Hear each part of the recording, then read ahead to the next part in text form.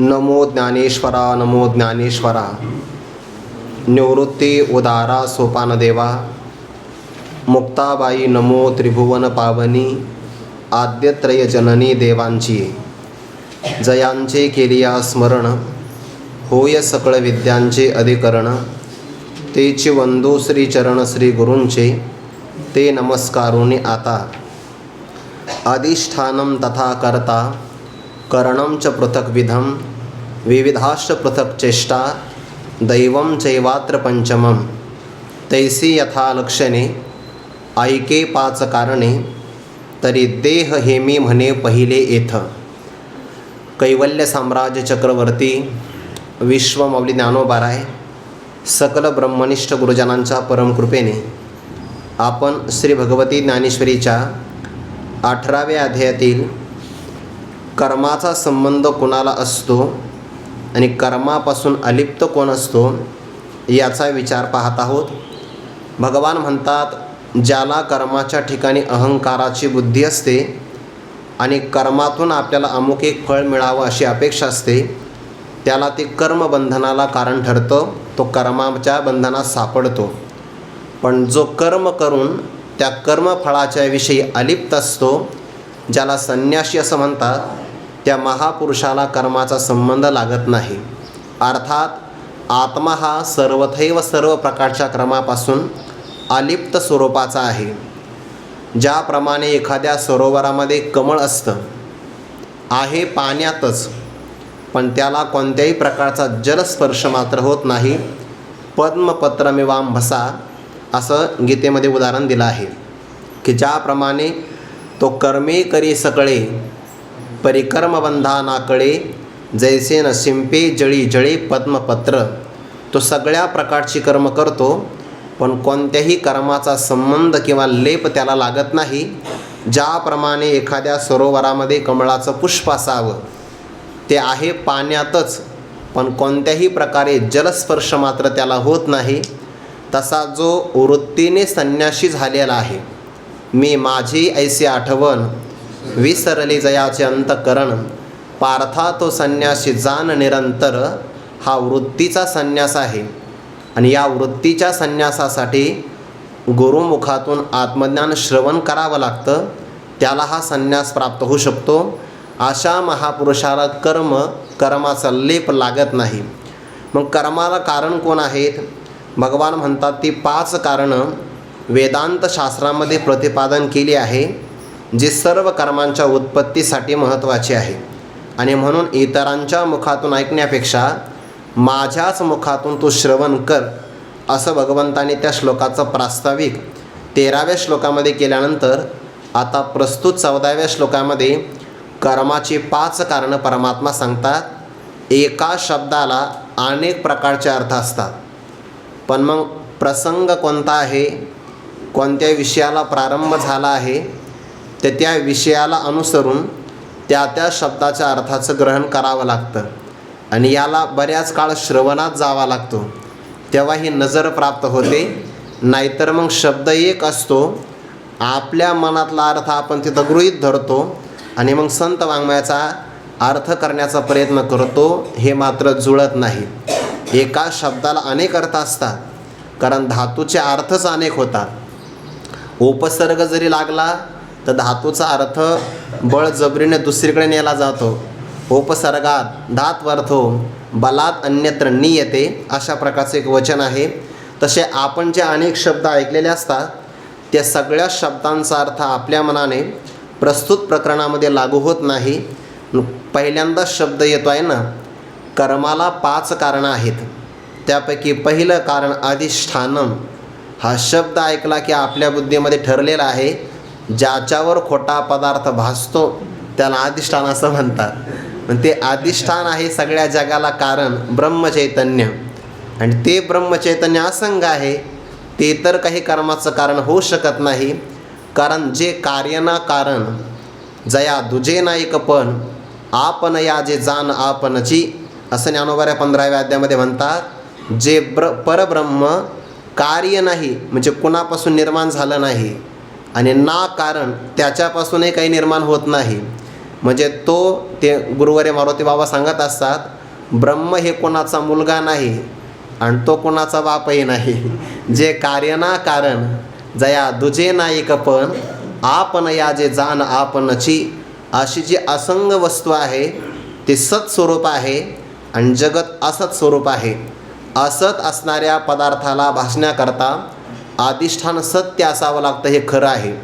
रज्जूवरचा सर्प नुसत्या रस्त्यावर भासत नाही, रस्त्यावर रज्जू पडावी लागते पहिल्यांदा. रज्जूशिवाय सर्प भासू शकत नाही. त्या शिंपल्याशिवाय रजताचा भ्रम होऊ शकत नाही. झाडाचं खोड असल्याशिवाय अंधारामध्ये पुरुष आपल्याला दिसू शकत नाही. तसं सत्य परब्रह्म असल्याशिवाय जगताचा भ्रम होत नाही. म्हणून ज्याच्यावर खोटा पदार्थ भासतो त्याला अधिष्ठान असं म्हणतात. ही वेदांतातली व्याख्या आहे, प्रस्तुत प्रकरणामध्ये ती घ्यायची नाही. असं म्हणतात कोण्यातरी महापुरुषांनी ती ओवी घेतली. आता यावरी एकादशी गोठी आहे दोही रशी, जेत पार्था विश्वरूपेशी होईल भेटी. 11व्या अध्यायातली पहिलीच ओवी घेतली, आता यावरी एकादशी. आणि एकादशीचं व्रत सांगितलं पाऊण तास. दशमीला प्रारंभ होतो, दशमीला 10 पदार्थ खायचे नाही, एकादशीला 11 पदार्थ खायचे नाही, द्वादशीला 12 पदार्थ खायचे नाही. वर्षातून 24 एकादशी येतात, 5 पर्व काळातले उपवास येतात. एकादशीचं व्रत कोणी केलं, द्वादशीचं व्रत कोणी केलं, असे 50 मिनिटं निघून गेले. आणि मग सांगितलं ती एकादशी इथं नाही घ्यायची, म्हणजे या ओवीत घ्यायची नाही. आता यावरी एकादशी. तसाच प्रकार आहे. ज्याच्यावर खोटा पदार्थ भासतो त्याला अधिष्ठान म्हणतात. ते अधिष्ठान इथं घ्यायचं नाही. अधिष्ठानम तथा करता. कर्माचं कारण कोण आहे? अधिष्ठान. अधिष्ठान म्हणजेच काय? शरीर. अधिष्ठान म्हणजे आश्रय. कर्म राहण्याकरता कोणतं तरी शरीर असावं लागतं.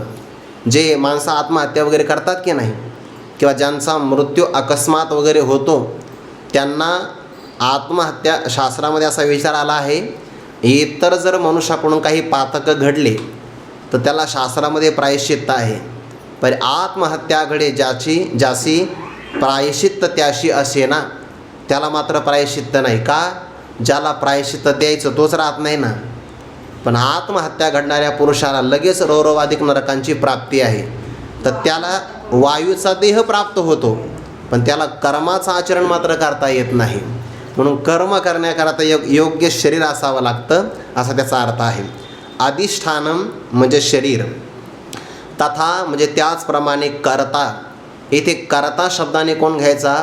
ज्याच्या ठिकाणी अहम अहम अशा प्रकारचा अभिनिवेश आहे, जी अहंकाराची वृत्ती आहे ना, त्याला कर्ता असं म्हणतात. म्हणजेच जीव आहे थोडक्यामध्ये. सर्व व्यापक परब्रह्म चैतन्य, त्या चैतन्याला अंतकरणाचा उपाधी लागला की अंतकरण सत्वगुणाचं कार्य असल्यामुळे स्वच्छ आहे. आणि स्वच्छ उपाधीचा नियम असा आहे की ते समोरच्याचं प्रतिबिंब आपल्यामध्ये ग्रहण करतं. ज्याप्रमाणे तो आपण आरसा घेतला की आरसा स्वच्छ आहे की नाही, पण तो समोरच्या व्यक्तीचं प्रतिबिंब आपल्यात ग्रहण करतो. तसं भिंत नाही करत, कारण भिंत अस्वच्छ आहे. स्वच्छ उपाधी प्रतिबिंब ग्रहण करते. तसं स्वच्छ असणारं अंतकरण सत्वगुणाचं कार्य असल्यामुळे चैतन्याचं प्रतिबिंब ग्रहण करतं.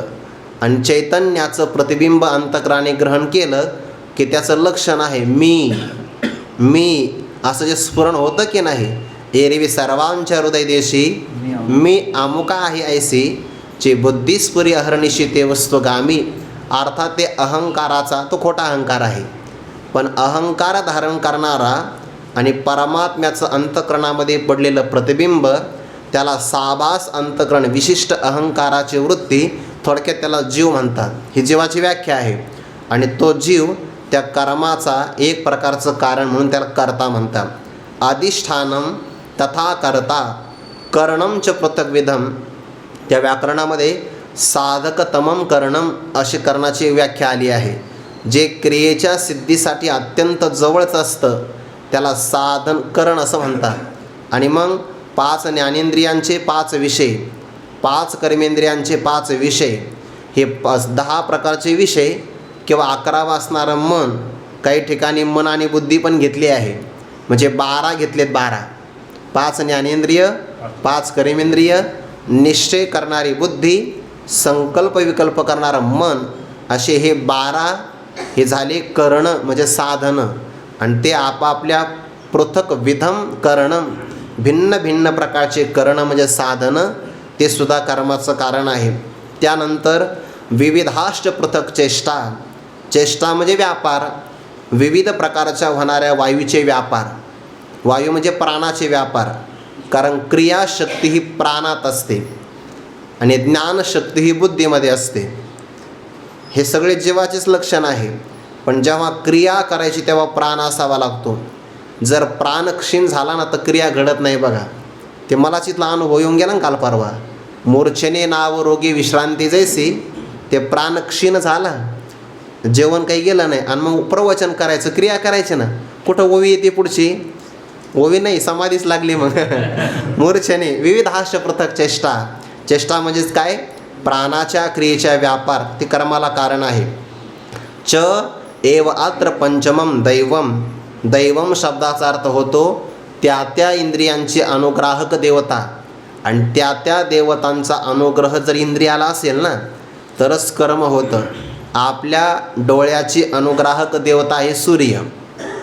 पुढे येणारच आहे तो सगळा विषय, तसं आज नाही यायचा, उद्या परवा येईल. तर जर आपल्या डोळ्याकडून पाहण्याचं कार्य चांगलं व्हायचं असेल तर सूर्याचा आपल्यावर अनुग्रह असला पाहिजे. जर ज्याच्या नेत्रामध्ये काही दोष असेल त्याने सूर्याची उपासना करावी. अर्थात ती उपासना करण्याकरता सूर्योदयाच्या अगोदर उठावं, तरच उपासना होईल ना, नाहीतर होणार नाही. म्हणून त्या सूर्याचा सुद्धा आपल्या इंद्रियावर अनुग्रह असावा. त्या त्या देवतांचा त्या त्या इंद्रियावर असणारा अनुग्रह कर्माला कारण आहे. विविध प्रकारच्या प्राणाच्या चेष्टा कर्माला कारण आहे. विविध प्रकारची इंद्रिय कर्माला कारण आहे. जीव कर्माचं कारण आहे आणि हे शरीर ते सुद्धा कर्माचं कारण आहे. यावर ज्ञानोबराय भाष्य करतात. पहिल्या ओवींचा मागच्या ओवीशी संबंध आहे. बरं, आता याची वेगळाली पाचही विवंसो गाभली, तो कोणी घेतली मोती जैसी तैसी यथा लक्षणे. हे ज्ञानेश्वरीतले ना सर्वनाम किंवा कोणत्या ओवीचा शब्द मागच्या ओवीशी जुळतो आहे, हा संबंध लागला की ओव्यांचा अर्थ खूप सुलभ आणि सोपा समजण्याकरता प्रगट होतो. मागे उदाहरण दिलं आहे. भगवान म्हणतात तैसी. तैसे म्हणजे त्याप्रमाणे. यथा लक्षणे, जशी त्यांची लक्षणं आहे तशा प्रकारे. ऐके 5 कारणे. पण तैसी म्हणजे कैसी हा अर्थ नाही कळाला तर मागच्या ओवीतला जैसी शब्द आपल्या लक्षात घ्यावा लागतो. आता 5 कारणांचं आम्ही स्पष्टीकरण करणार आहे, पण ते विषय पाल्हाळाने करणार नाही, संक्षेपतः सार स्वरूपतः करणार. याकरिता उदाहरण दिलं आहे. तो कोण घेतले मोती जैसी, ज्याप्रमाणे मोती तंतोतंत मापामध्ये मोजून घ्यावेत, तर मोत्याच्या मापामध्ये जसं तंतोतंत स्वरूप पाळलं जातं यथायोग्य, तितक्याच प्रमाणामध्ये आम्ही लक्षणं तुम्हाला स्पष्ट करून सांगणार आहे. ते तुकोबारांच्या चरित्रामध्ये ना एक उदाहरण फार गोड आलं आहे बघा. एरवी आपण जर बाजारामध्ये काही पदार्थ विकत आणायला गेलो ना तर मानवी मनाचा स्वभाव आहे, जेवढं त्याने मोजून घेतलं ना त्यापेक्षा त्याला शिल्लक घेण्याची अपेक्षा असते. आणि तो कोणत्याही व्यक्तीला म्हणतो थोडं शिल्लक टाका की, थोडं शिल्लक टाका ना, असं तो म्हणतोच बघा. त्याचा स्वभाव असतो. तर हे बाजारात चालतं, सराफाच्या दुकानात चालत नाही. तिथं एखादा व्यक्ती मला अहो टाका 2-4, चालतं का तिथं? तो कोबाराय बाजाराकरता गेले कोकणामध्ये. ते 3 पोते मिरच्या घेतल्या. समुद्राच्या काठी ते एका गोणीचं तोंड उसवलं, म्हणजे तो धागा मोकळा केला आणि आपलं भजन करत बसले. 2 महिला आल्या. महाराज मिरच्या कशा दिल्यात? म्हणजे तुम्हाला का भाव माहिती नाही का? जो बाजारात भाव चालू आहे तोच आपला भाव आहे. बरं, काय हरकत नाही. त्या काळातले त्यांनी 6 रुके ठेवले. आणि नाही, अगोदर एक महिला आली आणि तिने 1 शेरभर तांदूळ आणले. त्या तांदळाच्या मोबदल्यामध्ये काही मिरच्या घेतल्या. आणि महाराज तुम्ही मोजून दिल्या पण शिल्लक तुमच्याच हाताने घ्या म्हणे. मी कुठं नाही म्हणतो आहे. मग आता एवढं स्वातंत्र्य जर मिळालं तर मग कोण पाहित याकडे? कोण पाहतंय तिकडं? मग काय मिरच्या थोडीच त्यांच्या हाताला तिखट लागतात. एका महिलेने घाबरतच घेतल्या. दुसरी महिला 6 रुके घेऊन आली, त्या काळातले पैसे. तिने स्वतः मिरच्या विकत घेतल्या. महाराज थोड्या शिल्लक द्या, घ्या ना तुमच्या हाताने. तर ती महिला आपल्याला थोडीशी घाबरते आहे हे तुकोबाराच्या लक्षात आलं. तुकोबाराने दुसरीकडे पाहिलं आणि मग त्याला संधी मिळाली. मोजणी परिस साचार दुप्पट गुणे देतो वर. मोजणीपेक्षा खऱ्या अर्थाने हा दुप्पट गुणाने शिल्लक मिरच्या देतो. आणि मग आता ही बातमी पोहोचायला काही वेळ लागतो का? ज्या महिलांनी कालच मिरच्या विकत घेतल्या होत्या तीही महिला पुन्हा आज मिरच्या विकत घ्यायला आली. म्हणजे लोणचं घालीन पण मिरच्या विकत घेतल्याशिवाय राहणार नाही. आणि मग सगळ्या महिला आल्या. तुकोबाराने कोणालाही निवारण नाही केलं. ज्याला जेवढं लागतं तेवढं घ्या. ज्याचं बल जास्त होतं त्याने मन, काहींच्या अर्धा मन, काहींच्या बचकभर, काहींच्या ओटीभर अशा प्रत्येकाच्या वाट्याला आल्या. 2 गोण्या संपल्या आणि एका खळाला लक्षात आलं महाराज प्रतिबंध करत नाही. तो लावू माझ्या घरी खूप मोठं कार्य आहे, मला एवढं पोतभर गोणीभर मिरच्या पाहिजे. महाराज म्हणले घेऊन जा, पण गोणी तर माघारी आणून दे. तो नाही माझ्याकडं गोणीसुद्धा नाही, पुढच्या बाजाराला मी गोणी घेऊन येतो. तो कोण आता फार चांगला बाजार झाला आपला आज. बघा ना म्हणे 1 किलो तांदूळ आणि 6 रुपये एवढेच पैसे मिळाले. लोक खूप हुशार असतात. प्रामाणिक माणसाचे हे कामच नाही आहे. प्रामाणिक माणसाला लोक टिकू देत नाही, परमार्थातही नाही आणि व्यवहारातही नाही. अवघड गोष्टी सगळ्या. ते म्हणे मग आता एवढा आपला व्यापार झाला, पुढच्या बाजारामध्ये हे सगळे पैसे देणार आहेत. भगवंताच्या लक्षात आलं तुकोबारा जर असेच माघारी गेले तर घरी हजेरी घेतली जाईल. आपण काहीतरी केलं पाहिजे. तुकोबारा भगवंताचे विठोबा चाकर झाले आणि सगळ्या लोकांच्या घरावर कडी वाजवली. लोक म्हणले कशाला आला? पैसे. म्हणे कशाचे? मिरच्याचे. आणि आम्हाला कुठं मोजून दिले म्हणे. तुकोबारांचं ते परमात्मा म्हणले त्यांना तुका शेटवाणी म्हणतात. त्यांचं नाव विनाकारण तुका पडलं नाही. तो हा तुकेची देतो स्पष्ट. तुकोबारांचं नाव कसं आहे? तो हा तुकेची. तुक म्हणजे अंदाज. अंदाजच असतो पण अंदाजामध्ये जे मिळतं ते स्पष्ट मिळतं. मग ते लोक म्हणले सांग बरं आम्ही किती मिरच्या घेतल्या? भगवंताने सांगितलं तू अर्धा मन घेतल्या. मोजल्या अर्धाच मन. आता ज्याला यांच्या बापाचे माप माहिती आहे त्यांना मिरच्याचे माप नाही का कळणार? बरोबर, जेवढं माप सांगायचं तेवढ्या मिरच्या भरायच्या. सगळे 2 गोण्यांचे पैसे वसूल केले. पण एक खळ मात्र काही आटपेनास. त्याने तर भगवंताच्या गळ्याला धरलं आणि सांगितलं तुकोबारा माझे मित्र आहे, त्यांनी मला गोणीभर मिरच्या तशाच दिल्या म्हणे चल. आता भगवंताच्या लक्षात आलं आपण तिथं गेलो तर सगळं उघडं होईल. तो मी जाणार नाही. माझे मालक मला म्हणते त्याला 6 पेशी चाकर ठेवून काय फायदा? भगवंताने दावं घेतलं, झाडाला लावलं. सगळं तोपर्यंत गाव गोळा झालं आणि गावाला सांगितलं लक्षात ठेवा म्हणे मी इथं विनाकारण प्राण देतोय म्हणे, पण माझा प्राण जर झाला ना अवघ्या गावाशी बुडविणार, सगळ्या गावाला बुडविणार, शाप लागल म्हणे माझा. गावातल्या लोकांनी त्या खळाला हाताखालून काढलं म्हणे मूर्खा, कळत नाही म्हणे मिरच्या असं एवढं कोणी देत असतं का? तुझ्यामुळं सगळ्या गावाला शाप लागेल. सगळ्या गावाने वर्गणी केली. तेव्हापासून वर्गणीची पद्धत सुरू झाली. सगळ्या गावाने वर्गणी. आणि ती वर्गणी तुकोबाराने भगवंताने गोळा करून तुकोबारांच्या हातात देता देता एका चौधरीचं रूप धारण केलं. तोपर्यंत भात शिजलेलाच होता. चौधरीच्या वेशामध्ये परमात्मा आले आणि ते तुकोबारा म्हणतात आता तुम्ही आलेच आहात कशासाठी? म्हणजे आमचं गाव फार इमानदार आहे, कोणाचंही उदार ठेवत नाही. गावातले लोक म्हणे पुढच्या आठवड्यामध्ये यायचं, तुकोबारा आले किंवा नाही आले काही कारणास्तव तर पैसे तसेच राहतील. आमचं गाव इमानदार फार आहे. बघा इमानदार, सगळं मी गोळा करून आणलं आहे म्हणे. तुकोबारांच्या हातात दिलं. तुकोबारांचा प्रसाद घ्या, तसं जाऊ नका. 6 रुपये पडलेले आहेत, त्याचं थोडंसं तूप आणून द्या. मग भगवंताने तूप आणलं. ते तांदळाचा भात तयार झालाच होता. भगवान शंकर म्हणले वा वा, पिंपळाच्या झाडाखाली आणि आमच्याच मंदिरासमोर तुमची पंगत सुरू ना, आम्हाला प्रसाद नाही. भगवान शंकरसुद्धा त्या ठिकाणी पुन्हा अतिथीच्या वेशामध्ये आले. देव आणि भक्त जेवले. काय प्रसाद असेला? ही तुकोबारांची श्रीमंती आहे, श्रीमंती.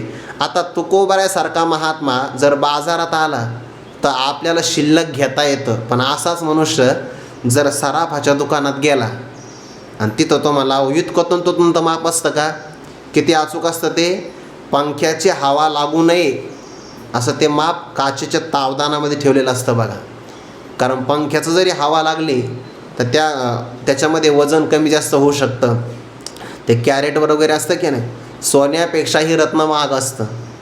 आणि ज्याला मग ते बाजारामध्ये भाजीपाला घेण्याची सवय आहे, गाजर पारखी, तो तिथं गेला रत्न घेण्यासाठी आणि तो त्या सावकाराला म्हणला, हो काय कंजूस आहात तुम्ही, हां आमच्या गावाकडे बघा म्हणे 1 किलो गाजर घेतले तर अर्धा किलो फ्री मिळतात म्हणे, आणि तू मात्र इतकं तंत म्हणे हवासुद्धा लागू देत नाही. अहो टाका की 2-4 मोती. असं म्हणल्यावर तो 2-4 टाकील, पण का ना माग मोती नाही टाकणार. का? ते तंत मोजून घ्यावे लागतात. तो कोणी घेतली मोती जैसी, जसे मोती तंत मोजून घ्यावे भगवान म्हणतात तैसी, त्याप्रमाणे यथा लक्षणे, जसं लक्षण आहे तशा प्रकारे ऐके 5 कारणे. हे कर्माची 5 कारणं आहेत, तो ते श्रवण कर. पहिलं कारण तरी देह हे मी म्हणे पहिले येथ. हे आपल्या शरीराला देह असं म्हणतात. याला 2-3 नावं आहेत. एक नाव याचं शरीर आहे, कारण हे प्रत्येक क्षणाला शिर्यते, क्षीणतेला प्राप्त होतं ना, म्हणून याला शरीर म्हणतात. देह का म्हणायचं? दहती, अग्नीमध्ये टाकलं की याचा भस्मीभूत होऊन जातं, म्हणून याला देह असं म्हणतात. काही ठिकाणी याला भोगायतन असं म्हटलं आहे. पंचदशिकारांनी तद्भोगाय पुनर्भोग्य भोगायतन जन्मने असं म्हटलं आहे बघा. म्हणजे सुख आणि दुःख याला म्हणतात भोग, आणि हे सुख दुःख भोगण्याकरता जो आश्रय असावा लागतो त्याला म्हणतात भोगायतन. हे आहे देहाचं लक्षण. देह असल्याशिवाय कर्म करता येत नाही. स्वप्नातही कर्म होतं, पण तिथेसुद्धा प्रातिभासिक देह असावा लागतो. जागृतीमध्ये पण कर्म होतं, तिथेसुद्धा देहच असावा लागतो. सुषुप्तीमध्ये कर्म होतं की नाही? सुषुप्तीमध्ये कर्म होतं की नाही? होतं ना. श्वास घेणं आणि सोडणं हे कर्म सुषुप्तीमध्ये चालू असतं. बाकीचं कोणतं कर्म जरी नाही कळालं तर एवढं कर्म सुरू असतं, आणि ते जर बंद झालं तर मग तयारी करायची. कारण प्राणाचा धर्म मात्र सुषुप्ती अवस्थेमध्ये सुद्धा चालूच असतो, अखंड तो चालू असतो. प्राणाला विसावा नाही. प्राणाने विसावा घेतला की मग सगळ्याला थेट विसावा, तोपर्यंत नाही. म्हणून सगळ्या अवस्थेमध्ये कर्म चालू असतं. त्या कर्माला पहिलं कारण आहे देह हे मी म्हणे पहिले येथं. भगवान म्हणतात देह हे कर्माचं पहिलं कारण आहे, असं मी म्हणतो आहे शास्त्राच्या प्रमाणानुसार. बरं, याला झालं देह हे नाव. ज्ञानोबा म्हणतात नाही तेवढंच नाव आहे असं नाही. ययात अधिष्ठान ऐसे मनी जेते याची दोषे, जे स्वभोग्यसी वसे भोगता येथ. भोगता शब्द घेतला आहे बरं ज्ञानोबाऱ्याने. भोगता श्लोकामध्ये कर्ता शब्द दुसऱ्या क्रमांकाला येतो आहे, कारण का जो कर्माचा कर्ता असतो तो अवश्यंभावी त्या कर्माच्या फलाचा भोगता असतो. ज्याने कर्मच केलं नाही त्याला कर्माचं फल भोगावं लागत नाही, पण ज्याने कर्म केलं त्याला ते कर्म उत्कट असेल तर या जन्मात, जर कमी उत्कट असेल तर आगामी जन्मात, त्याहीपेक्षा कमी असेल तर कोणत्या ना कोणत्या तरी जन्मामध्ये ते भोगावंच लागतं. सर्वांना कथा माहिती असेल, भीष्माचार्य शरपंजरी पडले बाणांच्या शय्येवर 6 महिन्यापर्यंत, कारण त्यांनी उत्तरायणाची वाट पाहिली. तोपर्यंत इच्छा मरणी असल्यामुळे आपला प्राण त्यांनी त्याग केला नाही. आणि मग एवढं असणारं प्रचंड दुःख मला का भोगावं लागलं? म्हणून भगवान परमात्म्याला विचारणा केली की प्रभो, मी मागे माझ्या अनेक जन्माचा शोध घेतला, मी पाहिलं अंतर्ज्ञानाने, पण असं काही मला भयानक कर्म आठवत नाही की ज्या कर्माचं फल म्हणून मला 6 महिन्यापर्यंत बाणांच्या शय्येवर निद्रा करावी लागते आहे. भगवंताने पुन्हा सांगितलं, तुम्ही जितके जन्म पाहिले ना त्याच्या आणखीन थोडंसं पुढं एक पाऊल टाका, त्याच्या पुढचा आणखीन मागचा एक जन्म बघा. आणि भगवंताने दिव्य दृष्टी दिली. त्यांनी जन्मात असं पाहिलं की ते त्या जन्मामध्ये राजकुमार होते. राजापुत्र युवराज शिकार करण्याकरता निघाले असं म्हणतात. बरं, मी पण ती कथाच ऐकलेली आहे की वाटेवर एक सरडा पडलेला होता. तो त्यांनी बाणांच्या टोकावर उचलला आणि आपल्या रस्त्यावर येऊ नये म्हणून असा बाजूला फेकला. फेकता फेकता त्यांची भावना नव्हती, पण काय करावं, तो सरडा एका काटेरी कुंपणावर जाऊन पडला. त्याच्या अंगातून काटे आरपार गेले. तेवढंच कर्म होतं, आणि त्या कर्माचं फल त्यांना आगामी कितीतरी जन्मानंतर भोगावं लागलं. कर्म हे भोगल्याशिवाय चुकत नाही. ज्याने कर्म केलं आहे, कर्म करण्यात स्वातंत्र्य आहे. हल्लीच्या काळात समाजामध्ये काही माणसं दिसतात ना, अगदी अंधाधुंद स्वैराचारामध्ये कर्म करतात, काहीच पाहत नाही. ते कोणाच्या काय आहे ते अन्यायेनं भोगार्थ संचयान असं म्हटलं आहे. आपण जो भोग भोगायचा आहे त्याकरता अन्यायेनं अर्थसंचयान, अन्याय मार्गाने ते पैसा जमा करण्याचा प्रयत्न करतात. परप्राणघाते मिळविते वित्ते, मिळाल्या चित्ते तोषणे कैसे, पाशिके पोती वागोरा सुने ससानेची काठे खोचरा, घेऊन निगती डोंगारा पारधी जैसे. तशा प्रकारे ज्याप्रमाणे एखादा पारधी शिकार करण्याकरता निघतो आणि मग विनाकारण निष्कारण काही प्राण्यांचा घात करतो, तशी समाजातले काही माणसं कर्म करत असताना अन्याय मार्गाने पैसा मिळवण्याचा प्रयत्न करतात. तर ते कर्म करताना बरं वाटतं, पण जेव्हा कर्मफल भोगवण्याचा प्रसंग येतो ना, तेव्हा मात्र सुटका होत नाही. म्हणून कर्म करण्यामध्ये हल्लीचे लोक स्वतंत्र आहेत, पण जेव्हा फळाचा हिशोब येईल तेव्हा मात्र मग ते इथं नचले काही, सत्ता संपदा राहील ठाईचे ठाई, पुढे संचित जाईल ग्वाही, तो का म्हणे तय्यम आज्ञा. मग कोणाचं काही नाही चालत. म्हणून जो करता असतो त्याला भोगता व्हावं लागतं. आणि तो भोगता ते भोगण्यासाठी कुठं येतो, कोणत्या आश्रयाला येतो, तो येतो देहात. ज्ञानोबाऱ्या म्हणतात ना, अगा कर्मे जे उरावे तै ते सुखदुःखी फळावे, तया ते भोगावया यावे देहा एका. कोणत्या तरी एका देहात. मानवीच देह परत मिळेल असं काही सांगता येत नाही. मागोता हाच जन्म पावसी, भोगिले सुखदुःख जानसी, हे तो न घडे रे सायासी, कार्य अंध ओसी जाणूनिया, लक्ष 84 न चुके फेरा. हे 84 लक्ष प्रकारचे जन्म ठरलेलेच आहेत, ते मात्र कर्त्याला भोगल्याशिवाय सुटका होत नाही. आणि मग ते यावं लागतं कोणत्या तरी देहाला. देहात आला म्हणजे कोणत्या तरी आश्रयाला आला, आणि म्हणून शरीराला अधिष्ठान किंवा आश्रय असं म्हणतात. ययाते अधिष्ठान ऐसे, ययाते म्हणजे याला, म्हणजे कुणाला, देहाला. अधिष्ठान ऐसे म्हणजे अधिष्ठान अशा प्रकारचं म्हटलं जातं.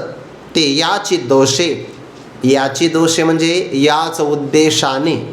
इथे दोषे शब्द म्हणजे उद्देशे या अर्थाने आलेला आहे. या उद्देशाने, या अभिप्रायाने शरीराला अधिष्ठान असं म्हटलं जातं. कोणतं कारण, ज्ञानेश्वरीमध्ये जे शब्द आला की तो कारणवाचक असतो बऱ्याचदा. बरं, याच उद्देशाने म्हटलं जातं. कारण की जे नाम कारण, स्वभोग्येसी भोगता येत वसे.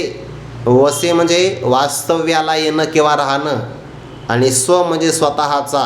भोग, भोग्य म्हणतात त्याला. जीवाने जे कर्म केलं की नाही त्याला सुखदुःख नावाचं फळ लागतं, आणि सुखदुःखालाच भोग असं म्हणतात. मागे आपण केलेलं कर्म, त्या कर्माचं झालेलं पापपुण्य, आणि पापपुण्याचं सुख किंवा दुःख नावाचं फळ भोग, त्याला म्हणतात भोग्य. आणि ते ज्याच्या त्याच्या वाट्याचं ठरलं आहे. बरं, व्यवहारामध्ये आपण म्हणतो की तुमचं अमुक राहिलेलं काम आम्ही करू, हे म्हणता येतं आपल्याला की तुमचं अमुक कार्य आम्ही इच्छा तुमची पूर्ण करू, पण तुम्ही केलेलं पाप आणि पुण्य आम्ही भोगू असं नाही घडत. ते ज्याचं त्यालाच भोगावं लागतं. म्हणून स्वभोग्येशी, आपण केलेलं आपल्यालाच भोगावं लागतं, दुसरं कोणी सहकार्य यामध्ये करता येत नाही. माता पिता बंधू बहिणी कोणी न पवती निर्वाणी, इष्ट मित्र स्वजन सखे, हे तो सुखाची मांडणी. शब्द कसा आहे, एकला.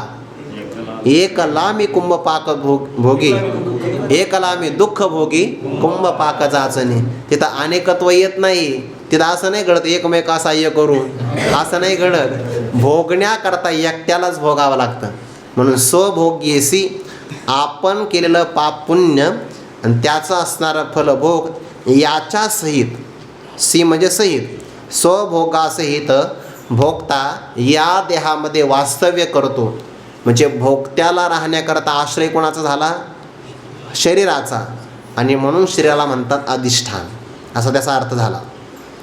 मग आता हा भोगता काय कमवतो, ज्ञानोबा म्हणतात कमवतो म्हणजे त्याला दम आहे का कमवायला. बघा, इंद्रियांच्या दाहे हाती, जाचोनिया देवो राती, सुख दुःखी प्रकृती जोडी जती जिये, ते भोगावया पुरुखा, आन ठावोची नाही रेखा, म्हणून अधिष्ठान भाका, भाका म्हणजे भाषा बरं, कारण ख आणि श एकार्थीच आहे. ही एक वेदाची परंपरा आहे. अधिष्ठान भाका म्हणजे अधिष्ठान भाषा, बोली जे देह त्याचे कारणं सांगतात. पहिलं कारण, भोगता या देहामध्ये आश्रय करून राहतो म्हणून देहाला अधिष्ठान म्हणतात. हा झाला एक अर्थ. या परिभाषेचं आणखीन एक स्पष्टीकरण ज्ञानोबर आहे. दुसरी व्याख्या देऊन देतात, इंद्रियांच्या दाहे हाती जीवाला 10 हात आहे. देहात असणारा हात एकच आहे, पण जीवाला मात्र पंच ज्ञानेंद्रिय आणि पंचकर्मेंद्रिय, त्यातून त्याला 5 ज्ञानेंद्रियाचे 5 विषय आणि 5 कर्मेंद्रियाचे 5 विषय हे तो गोळा करतो. आणि किती दिवस? ज्ञानोबा म्हणतात, इंद्रियांच्या दाहे हाती जाचोनी. जाचोनी म्हणजे कष्ट सोसून. कष्ट कसं काय सोसावे लागतात बरं? त्याचं कारणच आहे, अर्थानाम अर्जने क्लेशस तथैव परिपालने. विषय संपादन करताना कष्टच आहे बघा. नाशी दुःखम वेय दुःखम दिगर्थान क्लेशकारिणा. कष्टाशिवाय काहीच मिळत नाही ना. आणि म्हणून जीवात्मा आपल्या इंद्रियांच्या तो कष्ट तरी का करतो? त्याचं कारण त्याला आतमध्ये समाधान नाही मिळत. आणि जेव्हा मनुष्याला आत नाही मिळत तेव्हा तो ते शोधण्याकरता बाहेर धावाधाव घेत असतो. हा नियम ठरलेलाच आहे. ज्या व्यक्तीला घरामध्ये चांगले पदार्थ खायला मिळतात ते खानावळीत जेवत नाही. हा जसा नियम आहे तसं ज्याला आपल्या अंतरंगामध्ये आत्मानंद मिळतो तो विषयाच्या पाठीमागे लागत नाही. आणि ज्याला आत्मानंद आतमध्ये मिळत नाही ते बाहेर फिरल्याशिवाय राहत नाही. ज्ञानोबा म्हणतात ना, तैसे आपण पे नाही देठे जया ते सुखाचे सदा खरांटे तयाशीची विषय हे गोमटे आवडती. आणि मग ज्याप्रमाणे एखाद्या मृगाला तहान लागावी, जवळचं सरोवरातलं पाणी नाही पाहतो, मग रस्त्यावर दिसणारं पाणी त्याच्या पाठीमागे धावतो. नियम असा आहे, जो पळत्याच्या पाठीमागे धावतो त्याला ते मिळत नाही. आणि त्याच्या पाठीमागे धावल्यामुळे जवळचं सुटल्याशिवाय राहत नाही. म्हणजे हातचं सोडून पळत्याच्या पाठीमागं लागणं हे झालं मराठीतली म्हण. याला श्लोक आहे, यो ध्रुवानी परित्यज्य अध्रुवम परिसेवते ध्रुवानी तस्य नश्यन्ति अध्रुवम नष्टमेवच. जो स्थिरतेला सोडून अस्थिरतेच्या पाठीमागे लागतो, स्थिर वस्तू त्याला मिळत नाही कारण ती नष्ट झाली आहे. आणि अध्रुवम ते तर कधी ना कधी नष्ट होणारच आहे. हे जसं घडावं तसं जीवाला जयाच्या आत्मसंतोषी मनार आहे ते होत नाही. आणि मग आतली असणारी अपूर्णता पूर्ण करण्यासाठी तो अपूर्ण विषयाच्या पाठीमागे धावतो. हे किती मोठं संकट आहे. म्हणून अध्यात्म ज्याला चांगलं कळालं ते माणसं स्थिर राहतात. लोक म्हणतात बघा, तुम्ही पाठ ऐकतात आणि काहीच करत नाही. अरे काहीच न करण्याकरता तर पाठ ऐकायची. जीवाच्या पाठीमागची धावाधाव संपावी. स्थिरतेशिवाय आनंद नाही मिळत. सामान्यपणे वाटीतलं पाणी स्थिर असल्याशिवाय चंद्राचंही प्रतिबिंब पडत नाही त्यामध्ये. तर स्थिर अंतःकरण असल्याशिवाय आत्मानंद कुठून मिळणार आहे? जो स्थिर आणि पवित्र असेल आणि स्थिरतासाचे घर रिगाली जयाचे तो पुरुष ज्ञानाचे आयुष्य गा. ज्याला स्थैर्य प्राप्त झालं तो ज्ञानाचं आयुष्य आहे बघा. हे थोडं वर्म आहे जीवनातलं, की ज्याचं अंतःकरण शुद्ध आहे आणि स्थिर आहे तो बसल्या जाग्यावर श्रीमंत आहे आत्मानंदासाठी. पण हे न कळाल्यामुळे जीवात्मा मात्र भ्रमाने, अगदी भ्रमाने या देशातून त्या देशातून, या प्रदेशातून त्या प्रांतातून रात्री दिवस नुसती धावाधाव करत राहतो. आणि मग बराच कालावधी निघून गेल्यानंतर स्थिरतेमध्ये बघा किती स्पष्ट ऐकू येतंय. हा हेच आहे खरं वर्म. लगे अनुभवाची जोगे नवे बोलायचे असा प्रकार आहे तो. फार प्रदीर्घ कालावधी निघून गेला जीवनाचा आणि मग मनुष्य स्थिर राहण्याचा प्रयत्न करतो. आणि तो म्हणतो हा माझ्या जीवनाचा अनुभव आहे की फार धावाधाव केल्यानंतर मी या निर्णयापर्यंत आलो आहे की समाधान फक्त आळंदीतच आहे. हे आम्हाला अगोदरच कळालं आहे. हे अगोदरच आहे. जीवाला कळत नाही. इंद्रियांच्या दाहे हाती जाचोनी देवोराती. देवोराती म्हणजे रात्र आणि दिवस. सुख दुःखे प्रकृती जोडी जती जी. प्रकृतीच्या योगाने सुख आणि दुःख हा जीवात्मा संपादन करतो आणि मिळवितो. मग आता ते ज्याने मिळवलं तर त्याला तरी भोगलं पाहिजे की नाही. पैसा कमवण्यात आनंद नाही आहे, पैशाचा थोडासा उपभोग झाला पाहिजे. दानम भोग हा नाशस तिसरं, या धनाच्या गती आहे की नाही. एखाद्याने मनुष्याने दिवस रात्र कष्ट केले आणि धन फक्त संचय केला तर संचय करण्यात आनंद नाही आहे. त्याचा 3 प्रकारचाच वापर होऊ शकतो. 1, धन कमवलं तर दान करू शकतो. 2, स्वतः वापरू शकतो. जो देतही नाही आणि स्वतः खात नाही त्याच्या धनाची तिसरी गती नाश ही ठरलेली आहे. यो न ददाती न भुंक्ते तस्य तृतीयार गती भवती. त्याची तिसरी गती प्राप्त होते. म्हणून जीवात्म्याने फक्त विषय संपादन केले तर त्याच्यात त्याला आनंद नाही मिळत. त्या विषयाचा त्याला थोडासा तरी आस्वाद झाला पाहिजे की नाही. आणि मग तो आस्वाद घेण्यासाठी त्याला कुठंतरी मुक्कामाला यावं लागतं. तो येतो तो देहामध्ये. बघा, सुख दुःखी प्रकृती जोडी जती जिये तिये भोगावया पुरुखा. पुरुखा म्हणजे पुरुषाला. पुरुष म्हणजे कोण आहे? जीवात्मा. तो देह नावाच्या पुरीमध्ये शयन करतो ना, म्हणून त्याला पुरुष असं म्हणतात. देह नावाचं नवद्वारे पुरे देही, नवद्वाराचं एक प्रकारचं नगर आहे. आणि या नगरात आल्यानंतर त्याला सुखदुःख चांगल्या प्रकारे मिळतात. ते भोगावया पुरुखा आन ठावोची नाही. ठाव म्हणजे ठिकाण. जीवाला दुसरं ठिकाणच नाही. बरं, कोणतं ठिकाण आहे? फक्त देह. मग तो इथला देह असेल किंवा इंद्रलोकाचा स्वर्गलोकातला देह असेल, पण देहाशिवाय जीवात्म्याला सुखदुःख भोगण्याकरता जागाच मिळत नाही. आन ठावोची नाही देखा. आणि मग ठिकाण कोणतं आहे? देहाचं. म्हणून अधिष्ठान भाका बोली जे देह. म्हणूनच अधिष्ठान नावाच्या भाषेनं देहाचं स्पष्टीकरण केलं जातं. पहिला भाव काय सांगितला? जीवात्मा स्वभोगासह इथं राहतो म्हणून देहाला अधिष्ठान म्हणतात. किंवा सुखदुःख भोगण्यासाठी दुसरी जीवाला जागाच नाही म्हणून त्याला अधिष्ठान असं म्हणतात. अधिष्ठान याचं स्पष्टीकरण होण्यासाठी एवढा विचार सांगितला. आणखीन ज्ञानोबा सांगतात देह कसा आहे. हे 24 तत्वाचे कुटुंब घर वस्तीचे तुटे बंद मोक्षाचे गुंताडे येथ. याचंसुद्धा हे अधिष्ठानच आहे. बघा, 24 तत्वाचे कुटुंब घर वस्तीचे. कुटुंबामध्ये दोघं तिघं राहत असेल तर त्याला कुटुंब नाही म्हणत. कुटुंब शब्दाची व्याख्या फार मोठी बरं का. वसुधैव कुटुंबकम, ज्यामध्ये फार मोठ्या प्रमाणामध्ये एकत्र स्वरूपाने माणसं राहतात त्याला एकत्र कुटुंब पद्धती असं म्हणतात. एकत्र कुटुंब पद्धती हे आपल्या भारतीय संस्कृतीचा अलंकार आहे आणि ती पद्धती पाहिजेच. जेव्हा माणसं एकत्र कुटुंब पद्धतीमध्ये राहतात की नाही, त्याला समाजाची कसं वागावं याचं प्रशिक्षण आपोआप घरामध्ये मिळतं. कारण एकत्र कुटुंब पद्धतीमध्ये लहानापासून तो वयोवृद्धापर्यंत सगळे माणसं असतात आणि सगळ्या माणसाबरोबर त्या मुलाचा आपोआप व्यवहार घडतो. म्हणून त्याला हे प्रात्यक्षिक व्यवहार त्या एकत्र कुटुंब पद्धतीमधून शिकायला मिळतो.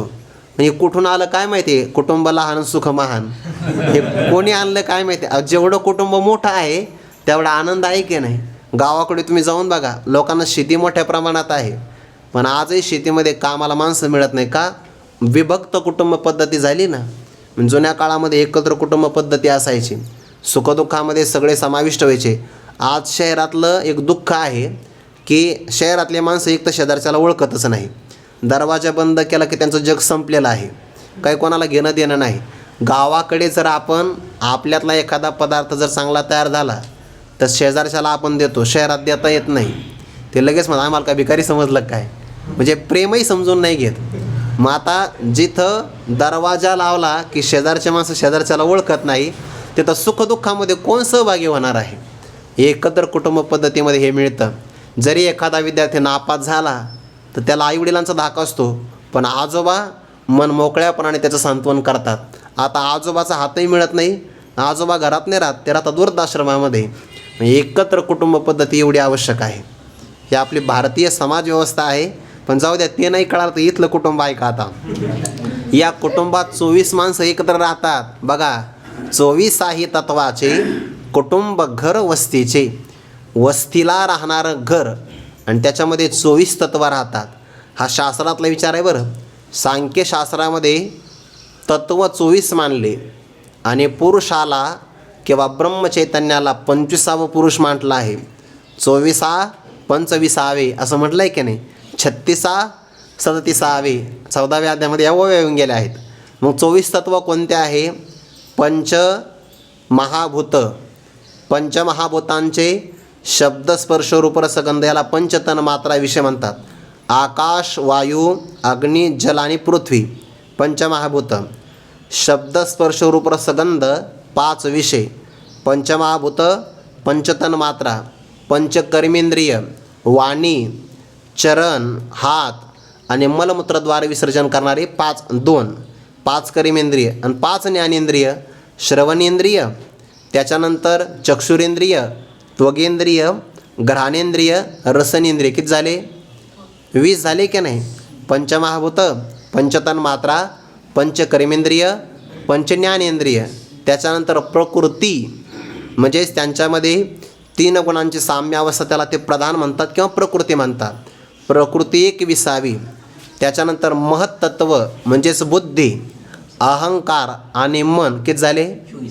म्हणजे मन, बुद्धी, अहंकार, प्रकृती हे 4 आणि बाकीचे असणारे हे 20. हे जे काही 24 तत्व आहे ना सांख्यांनी प्रतिपादन केले, हे सगळेच्या सगळे 24 तत्व इथं राहतात. 24 तत्वाचे कुटुंब, घर, वस्तीचे. किती मोठं कुटुंब आहे? म्हणजे देह नावाचं हे कुटुंब एवढं मोठं आहे, याच्यात 24 माणसं गुण्यागोविंदाने नांदतात. कोणाचीच कोणाशी भांडणं नाही, इतकं एकत्रितपणे राहतात. हे 24 तत्वाचे कुटुंब, घर, वस्तीचे 24 तत्व राहतात. म्हणून शरीराला म्हणतात अधिष्ठान. तुटे बंध मोक्षाचे गुंताडे येथ. आणि बंध आणि मोक्षाचा गुंताडा म्हणजेच गुंतागुंत, याला जाळं असं म्हणतात. ते जाळं फक्त या देहामध्ये तोडता येतं बरं, इतर देहामध्ये हे तोडता येत नाही. बंधन म्हणजेच काय? पारतंत्र्याला प्राप्त होणं. पंचदशिकारांनी बहुतेक 4थ्या प्रकरणामध्ये एक शब्द फार गोड वापरला आहे बघा. जर ईश्वराचाच अंश हा जीव असेल तर ईश्वर स्वतंत्र आहे आणि जीव परतंत्र आहे. याचं काय कारण? तर त्यांनी कारण असं गोड सांगितलं, जे ईश्वराची माया नावाची शक्ती आहे ना, तिच्यामध्ये निर्माण शक्तीप्रमाणे मोहशक्ती विद्यमान राहते. माहेश्वरी तो मायाया तस्या निर्माण शक्तिवत विद्यते मोहशक्तिश्च तम जीवम मोहयत्यसौ. तिच्यामध्ये निर्माण शक्ती पण आहे आणि मोहन नावाची शक्ती आहे. आणि त्या मोह नावाच्या शक्तीमुळे ती जीवाला मोह निर्माण करते. मोह निर्माण करते म्हणजेच काय? त्याला पारतंत्र्याला प्राप्त करून देते. जीवाला मोह झाला ना की तो अनिश होऊन जातो. ईश म्हणजे स्वतंत्र आणि अनिश म्हणजे परतंत्र. कशात परतंत्र होतो? दुःख आपल्याला आलं की ते बाजूला सारावं हे त्याला करता येत नाही, म्हणून परतंत्र आहे. आणि सुख प्राप्त झालं की सुखाचा वियोग होऊ नये, पण ते त्याच्या हातात नाही. म्हणजे इष्ट प्राप्ती आणि अनिष्ट परिहार निवृत्ती हे करण्यामध्ये त्याला सामर्थ्य नाही. सामर्थ्यरहित करणं यालाच म्हणतात त्याला मोह निर्माण करणं. आणि म्हणून जीवाच्या बाबतीमध्ये हा त्याच्या ठिकाणचं एक पारतंत्र्य आहे. त्या पारतंत्र्याला प्राप्त होणं यालाच म्हणतात बंधन. बंधनात सापडला की तो स्वसामर्थ्याने सुटू शकत नाही. जोपर्यंत मोकळा आहे तोपर्यंत आनंद आहे. बंधनात सापडला की पारतंत्र्य आहे. आपण ते उदाहरण कायम पाहत असतो की नाही. ते एकाला बंधनाची जाणीव होते बरं, आणि एकाला बंधनाची जाणीवच होत नाही. ते असं म्हणतात की काही पशु हत्या करण्याकरता नेले जातात, तर तिथे काही पशु असे अविचारी असतात की ते अविचारी असल्यामुळे घास खातात ते, पण भविष्यामध्ये आपल्याला मरावं लागेल उद्या परवा हे मृत्यू त्यांना दिसत नाही. त्या आनंदात राहतात. ज्ञानोबा म्हणतात ना, दरदूर सापे वेगळी जतो आहे उभा, की तो माशिया वेटाळी जिभा, तैसे प्राणी कवने लोभा वाढविती तृष्णा. त्या सापाच्या तोंडामध्ये गेलेल्या अर्धा निम्मा बिडूक गेलेला आहे आतमध्ये, पण तो मात्र समोर ज्या माशा उडतात तो म्हणतात एवढा प्रयत्न करून शेवटचा घास घेऊच. म्हणजे अर्धा निम्मा तो त्याचा घास होत आला आहे, पण तो समोरच्या घास पकडण्याचा प्रयत्न करतो. तसं काही जीवाला बंधनाची जाणीव होत नाही, जसे की ते पशु आहे. पण एकाला मात्र बंधनाची जाणीव होते. जुन्या काळामध्ये ते घरात उंदीर झाले की त्याला पकडण्यासाठी पिंजरे वापरले जायचे, लोखंडी पिंजरा. आणि मग त्याला जे आवडतं ते ठेवलं जाते पदार्थ.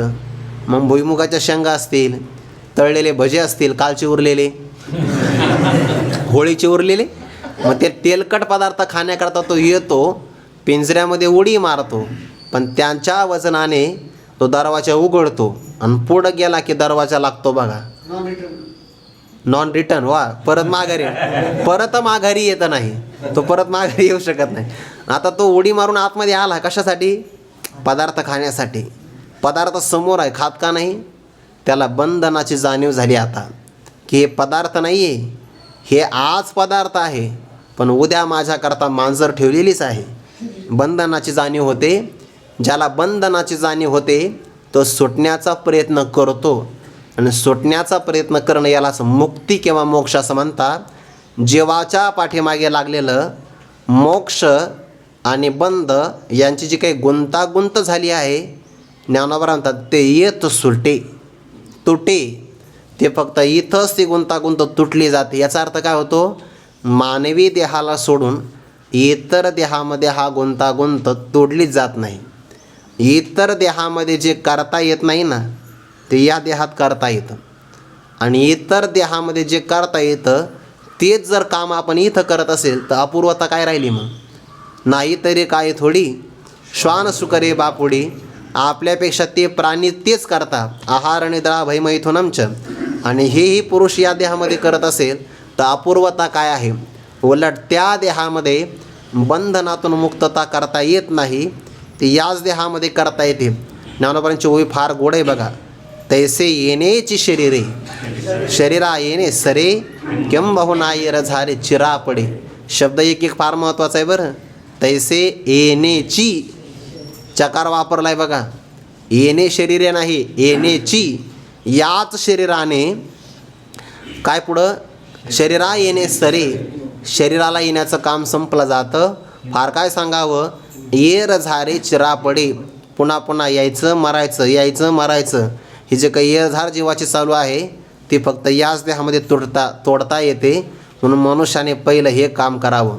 जर आपल्याला आपल्या जीवनामध्ये जिवंत असतानाच जीवनमुक्ती किंवा आत्मज्ञान प्राप्त झालं आणि उर्वरित आयुष्यामध्ये तुम्ही राज्य करा जनकाप्रमाणे, नाहीतर शुकाचार्याप्रमाणे अरण्यवासाचं सेवन करा, काही फरक पडत नाही. पण बाकीचं सगळं केलं आणि फक्त मुक्ती करता प्रयत्न नाही केला तर बाकीचं सगळं व्यर्थ आहे. आणि मुक्ती करता प्रयत्न केला आणि बाकीचं काहीच मिळालं नाही, एखादा आश्रम नाही, जागा नाही, चारचाकी गाडी नाही, कुठे कार्यक्रम नाही, विनापहारा नाही, तरी सगळं चांगलं आहे. का? ज्ञानोबा म्हणतात ना, जरी परमाणू एवढे संजीवनी मूळ जोडे, तरी बहु काय गाडे भरणे येरे. परमाणू एवढं संजीवनी मूळ मिळालं, इतर गाडाभर वनस्पतीची काही आवश्यकता नाही. तसं या जीवनामध्ये एकदा आत्मज्ञान झालं आणि बाकीचं काही नाही मिळालं तरी चालतं. एखाद्याला सगळंच मिळालं आणि फक्त आत्मज्ञान नाही मिळालं तर ज्ञानोबा म्हणता, मोरांगी अशेषे पिशे असते डोळसे, एकली दृष्टी नसे तैसे ते गा. मोराच्या अंगावर पिसं फार आहे, डोळस दिसतात, पण एक जर नजर नसेल तर त्या पिसांचा काही उपयोग नाही. तसं बाकी सगळं मिळालं हो, फक्त आत्मज्ञान नाही मिळालं तर जीवन शून्य आहे. 14 विद्या 64 कलेमध्ये 2च महात्मे निष्णात झाले आतापर्यंत. एक नारद महर्षी आणि दुसरे श्री चांगदेव महाराज. मग नारद महर्षींचा शोक सनकादिकांनी निवृत्त केला आणि चांगदेव 65च्या द्वारे चांगदेव महाराजांचा शोक ज्ञानोबांनी निवृत्त केला. इतके 14 विद्या आणि 64 कलेमध्ये निष्णात होणारे कोण आहेत? आपल्याला उगा 2-3च कला येतात, त्या पण व्यवस्थित नाही. गावाकडे असं असतं, प्रत्येकाचा अभंग ठरलेला असतो भजनी मंडळातला. जर तो अभंग दुसऱ्याने म्हणला की म्हणू नको तो माझा आहे, जसं काही तुकोबारांनी त्याच्या नावावर करून दिला आहे, ते एकच चाल आणि एकच अभंग असतो, कुठेही जाऊ द्या तेच. एवढी तर आपली कला आहे. जिथं 14 विद्या 64 कलेचा निभाव लागला नाही तिथं आपली काय किंमत आहे. पण तरी जेव्हा मला हे कळत नाही. तुटे बंध मोक्षाचे गुंताडे येथं. बंधनाचा, आता बंधाच्या सापेक्ष असणारा मोक्षसुद्धा सापेक्ष आहे बरं. मोक्ष ही सुद्धा परमोच्च अवस्था नाही. ज्या अवस्थेमध्ये मोक्ष आणि बंधन हे दोन्ही निघून जातात ती खरी स्वरूपस्थिती आहे. म्हणून तर म्हणतात बघा, भागवतामध्ये एक श्लोक आहे की गुणस्य माया मूलत्वात नमे मोक्षो न बंधनम असं म्हटलं आहे बघा, की गुणांच्या आधीनं जाणं हाच बंधन आहे आणि गुणातून सुटणं हा मोक्ष आहे. पण गुणसुद्धा मायामूलक आहे. मग खऱ्या स्वरूपामध्ये मोक्षही नाही बंधही नाही. ज्ञानोबाने शब्द कसा वापरला, तुटे बंधाचे गुंताडे असं नाही म्हटलं, तुटे बंध मोक्षाचे गुंताडे येतं. बंध आणि बंधनाच्या सापेक्ष असणारा मोक्ष या दोघाची गुंतागुंत संपून जाते. म्हणून देहाला म्हणतात अधिष्ठान. फार काय सांगावं, म्हणजे हे शरीर जीवात्म्याच्या भोगण्याचं ठिकाण आहे. हे शरीर 24 तत्वाचं राहण्याचं ठिकाण आहे आणि हे शरीर बंध मोक्षाची गुंतागुंत उकल करण्याचं ठिकाण आहे. म्हणून याला अधिष्ठान म्हणतात. 3 कारणं सांगितले. आणखीन एक सांगता, किंबहुना अवस्थात्रया हे अधिष्ठान धनंजया म्हणून देहाया हेचे नाम. फार काय सांगावं हे अर्जुना धनंजया, अवस्थात्रया जागृती, स्वप्न आणि सुषुप्ती या 3 अवस्था राहण्याचं हे अधिष्ठान कोण आहे, शरीर आहे. आणि म्हणून देहाया हेचे नाम, म्हणून देहाला हेच नाम ठेवलं आहे. कोणतं, अधिष्ठान असं एक नाव ठेवलेलं आहे. आता कर्ता कोण आहे, कर्माचे आणखीन 4 कारणं कोणती त्याचा विचार करू, पण तो उद्या. कुंडलिक वरदारी विठ्ठल श्री ज्ञानदेव तुकाराम माऊली ज्ञानेश्वर महाराज की जय. जगद्गुरु तुकाराम महाराज की जय. सद्गुरु जोग महाराज की जय.